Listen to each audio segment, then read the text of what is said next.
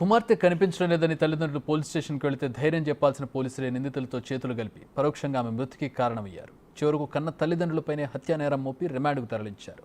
పోలీసుల ప్రవర్తన చూసి మెజిస్ట్రేట్ ముక్కును వేలేసుకుంది. బాధితుల ఫిర్యాదును తీసుకోకుండా వారిపై కేసులు ఎలా పెడతారని మొట్టికాయలు వేశారు. గుంటూరు నల్లపాడు పోలీసుల తీరు యావత్ ఏపీ పోలీస్ శాఖపైనే నమ్మకం కోల్పోయేలా చేస్తోందని విమర్శలు వెల్లువెత్తాయి.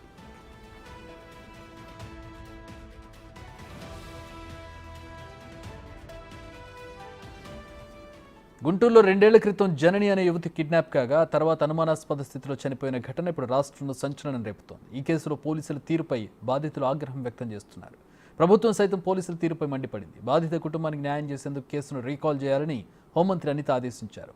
బిడ్డను కిడ్నాప్ చేశారని ఫిర్యాదు చేయడానికి వెళ్తే వారిపైనే హత్యానేరం పెట్టడాన్ని తప్పుపట్టారు.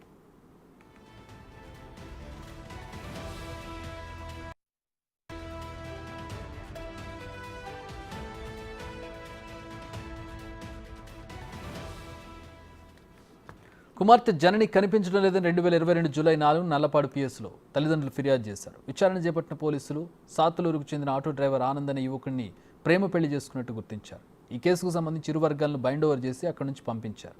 అయితే కుమార్తె కోసం పోలీసులతో ఆనంద్ ఇంటికి వెళ్లారు జనని తల్లిదండ్రులు. కాసేపటికే పిఎస్కు రావాలని పోలీసులు ఫోన్ చేశారు.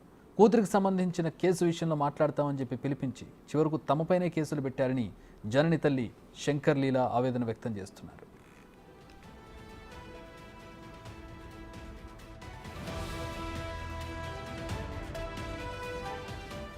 జూలై 4న ఫిర్యాదు చేస్తే మరుసటి రోజు వరకు ఫిర్యాదును స్వీకరించకుండా పిఎస్లోనే నిర్బంధించారని శంకర్ లీలా చెబుతున్నారు. ఎవరూ పట్టించుకోవడం లేదని జూలై 11న ఎస్పీ కార్యాలయంలో ఫిర్యాదు చేశామన్నారు. ఎస్పీ కార్యాలయానికి వెళ్లినందుకు సీఐ తమను దారుణంగా తిట్టారని వాపోయారు. ఆనంద్ ఇంటికి వద్దకు వెళ్లి వారిపైన దాడి చేశారని తిడుతూ తన భర్త, తమ్ముడు, అక్కపైన కేసులు పెట్టారని జనని తల్లి శంకర్ లీలా చెబుతున్నారు.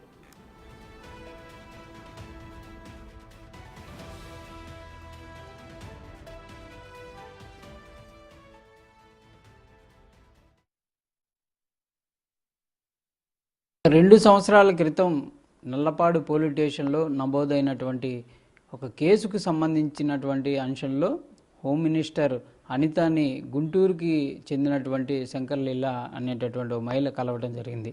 ఆ కేసులో వాళ్ళు కేసును నమోదు చేస్తే తన పాప మిస్ అయిందనే విధంగా వెళ్ళి పోలీస్ స్టేషన్ ఆశ్రయిస్తే ఆ కేసుని ముందుకు తీసుకువెళ్లకుండా తమపైనే తిరిగి కేసులు కట్టినటువంటి పరిస్థితి గత ప్రభుత్వంలో ఉందనే విధంగా కూడా వాళ్ళు చెప్తున్నారు. అయితే ఈ కేసుకు సంబంధించి ప్రస్తుతం వాళ్ళైతే ఓపెన్ చేసి దానిని ఇన్వెస్టిగేషన్ చేయాలనే విధంగా కూడా హోమ్ మినిస్టర్ని కలిశారు. ప్రస్తుతం అసలు ఆ కేసు ఏంటి, అప్పుడు ఏం జరిగింది, ఎందుకు వాళ్ళు మళ్ళీ రీవెరిఫికేషన్ అడుగుతున్నారు అనేది తెలుసుకునేటటువంటి ప్రయత్నం చేద్దాం. మనతో పాటు శంకర్ లీలా గారు. మా పాప డిగ్రీ చదువుతుందండి. మాయమాటలు చెప్పి ఆటో అతను డ్రాప్ చేసి తీసుకుని వెళ్ళిపోయి పెళ్లి చేసుకున్నామన్నారు. అన్న తర్వాత మేము మిస్సింగ్ అని కంప్లైంట్ ఇవ్వడానికని నల్లబాటు స్టేషన్కి వెళ్ళాము. అప్పుడున్న సిఏ గారు బత్తుల శ్రీనివాసరావు గారు, ఎస్ఐ జైతే నాయక్ గారు ఉన్నారు. ఇచ్చిన తర్వాత సరేనమ్మా మేము మీ పాపను పిలిపిస్తే మేము మళ్ళీ బైండ్ ఓవర్ అయి రాపిస్తామన్నారు. మేము వచ్చేసిన తర్వాత మళ్ళీ 6వ తారీఖు మమ్మల్ని ఫోన్లు చేసి రమ్మన్నారు. సరే సార్ అని చెప్పి మేము 7వ తారీఖు వెళ్ళాము. మమ్మల్ని 4-5 దాకా కూర్చోబెట్టి మళ్ళీ తర్వాత ఈవినింగ్ ఫోన్లో లాక్కున్న తర్వాత మళ్ళీ ఈవినింగ్ మమ్మల్ని పంపించేసి మళ్ళీ రేపు రండమ్మా అని అన్నారు. అట్లా గత 3 రోజులకు మమ్మల్ని తిప్పించుకుంటున్నారు. ఎందుకు తీసుకున్నారు వాళ్ళు? మాకు తెలియదు సార్, అవేమి మాకు చెప్పలే. అప్పుడు మళ్ళీ రమ్మన్నారు. మళ్ళీ రమ్మన్న తర్వాత మేము ఇట్లా తిరుగుతున్నా ఏమీ జరగటం లేదని అప్పుడు స్పందన ఉంటే స్పందనకి వెళ్ళి నేను కంప్లైంట్ పెట్టుకున్నాను. సార్ మా అమ్మాయిని ఇలా మిస్ అయ్యింది, ఇట్లా కంప్లైంట్ ఇచ్చాము, వాళ్ళు ఏమి తీసుకొస్తామంటున్నారు, తీసుకురావట్లేదు సార్, బైండ్ ఓవర్ అంటున్నారు, రాపియట్లేదు సార్ అని చెప్పాను. చెప్పిన తర్వాత సరేనమ్మా ఇప్పుడు మీరు వెళ్ళండి, మేము సీఏ గారితో మాట్లాడాము, మీ అమ్మాయిని పిలిపించి బైండ్ ఓవర్ అయి రాపిచ్చి సంతకాలు పెడతారమ్మా అని అన్నారు. నేను నా భర్త ఇద్దరం కలిసి 11వ తారీఖు స్పందన అయిపోయిన తర్వాత వెళ్ళాం సార్. అక్కడికి వెళ్ళిన క్రమంలో మమ్మల్ని ఫోన్లు తీసేసుకుని మీరు ఎస్పీ గారి దగ్గరికి వెళ్ళి కంప్లైంట్ ఇస్తారా, ఎవరి దగ్గరికి వెళ్ళినా తిరిగి నా దగ్గరికే రావాలని అప్పుడు శ్రీనివాస్ గారు అన్నారు సార్, సిఐ శ్రీనివాస్ గారు. సార్ మా అమ్మాయిని పిలిపించట్లేదు మరి మీరు అని చెప్పి నేను వెళ్ళి చెప్పుకున్నాను అక్కడ అని చెప్పి నేను అడిగాను సార్. సరే మీరు వెళ్ళి బయట కూర్చోబెట్టండి అని చెప్పి బలంతాన్ని మమ్మల్ని బయట కూర్చోబెట్టారు. అక్కడ స్టేషన్లోనే కూర్చోబెట్టిన తర్వాత ఎంతసేపటికి ఇంకా మమ్మల్ని మంచినీళ్ళు తాగడానికి కూడా బయటికి వెళ్ళనివ్వటం. పక్కనే మాకు కానిస్టేబుల్ కూర్చుంటున్నారు.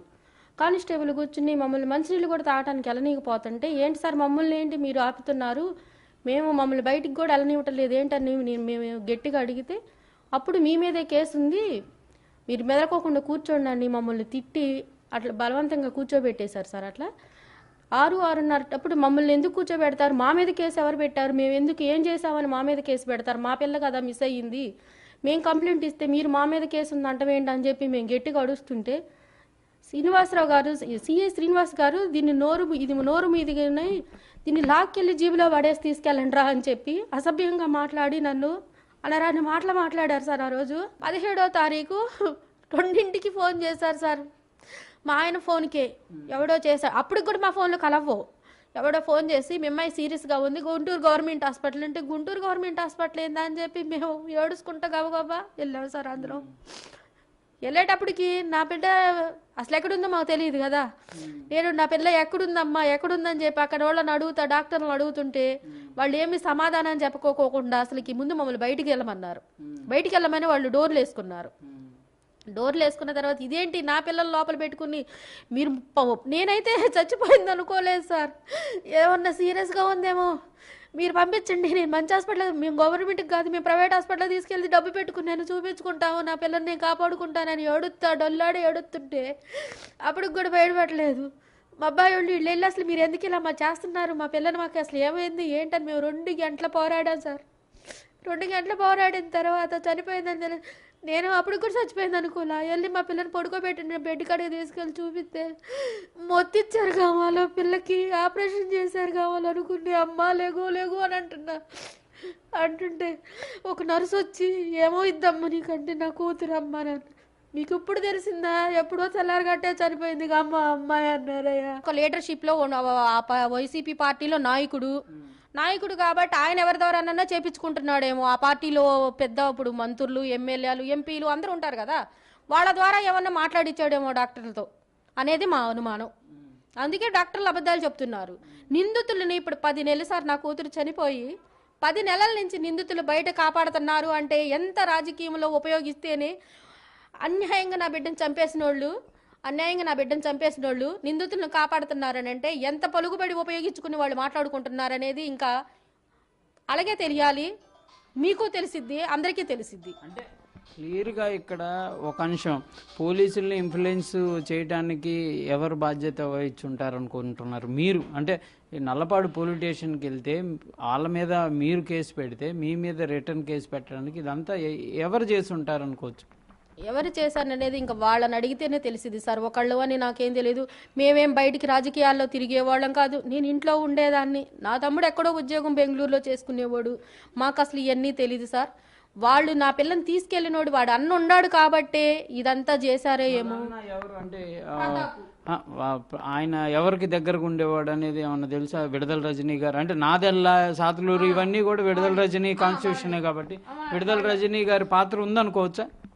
ఇక భయమే వాళ్ళు అనుకోవటం కానీ వాళ్ళు అంటాం కానీ అదే మాకు మా అన్న ఉన్నాడు అని అంటారు. మరి వాళ్ళన్న అంటే ఇక ప్రతాపే కదండి, ఆ ప్రతాపం ఎవరి చేత చెప్పిస్తున్నారు అనేది ఇంకా మనకు తెలియదు సార్. అక్కడ వాళ్ళ కండిషన్లు అంటే ఏంటో మనకు తెలియదు. అంటే వాళ్ళ ఇంట్లో ఏం మాట్లాడుకునే వాళ్ళు అనేది మీ పాప ఏం చెప్పలేదు, ఇట్లా మాకు పొలిటికల్గా మిమ్మల్ని ఇట్లా చేయాలనుకుంటున్నారు అట్లా చేయాలనుకుంటున్నారు అని ఏమని చెప్పిందా మాట్లాడేటప్పుడు ఫోన్లో? అవన్నీ ఏమీ చెప్పలేదు సార్ మాకు. కాకపోతే మాత్రానికి ఇది మాత్రానికి అనేది మీరు జాగ్రత్తగా ఉండాలి, మీరు బాగుండాలి, నేనేమైనా నాకు ఏదన్నా అయినా చూసుకోండి, ఇదొక మాట మాత్రానికి అనేది. నా పిల్లని కౌన్సిలింగ్ ఇప్పించి ఆ బైండ్ ఓవర్ రాపిస్తే ఆ పెద్దోళ్ళు సంతకాలు పెట్టిన వాళ్ళు అయినా సరే మీ దగ్గర ఉండకూడదురా, పిల్ల ప్రెగ్నెన్సీ తల్లికి పురుడు పోసే తల్లి పోయాలని చెప్పి పెద్దోళ్ళు ఉంటే ఇప్పుడు ఎవరైనా సరే పంపిస్తారు కదా సార్. నేను వాళ్ళని అడగటానికి నాకు ఉండేది, నేను ఇప్పుడు పోలీస్ స్టేషన్లకి పోలీసులకి వెళ్ళి అడుగుతుంటే మైనార్టీ తీరింది మాకు సంబంధం లేదంటున్నారు. పెద్దోళ్ళు అయితే అట్లా అనరు కదా సార్. ఇప్పుడు సంతకాలు పెట్టించుకున్నప్పుడు లేదమ్మా నేను పురుడు పోసుకుంటానయ్యా అని అంటే వాళ్ళు వీళ్ళతో మాట్లాడి పంపిస్తారు. నా కూతురికి ఏమన్నా అయితే వాళ్ళకి కూడా సంతకాలు పెట్టిన వాళ్ళకి కూడా హక్కు ఏదన్నా ఉంటుంది కదా చర్య, వాళ్ళకి కూడా భయం ఉండేది కదా సార్. అందుకని నా కూతురు నా బతికేదే కదా ఈరోజు. బతక్కోకుండా అంతా చంపడానికి వాళ్ళైతే పరోక్షంగా చేసింది పోలీసులు. ప్రత్తుల శ్రీనివాస్ గారు, జైతే నాయక్ గారు మా మీద ఆ సెక్షన్లో అసలు మేము తీసుకెళ్ళిందే ఒక పోలీసు ఎస్ఐ గారిని పెట్టే తీసుకెళ్ళాం వాళ్ళ ఇంటికి, మా అమ్మాయి మిస్ అయిన రోజు. అలాంటిది మా మీద అంత కక్ష కట్టి ఇంతలో కేసులు పెట్టినప్పుడు మరి వాళ్ళు చంపేశారు ఈరోజు నా పిల్లని ఎవరు తీసుకొచ్చిస్తారు ఈరోజు నాకు? నాకు ఒక్కతే కూతురు, నేను నేను బతకాలి అంటే అసలు ఎలా ఏమి చూసుకుని నేను బతకాను?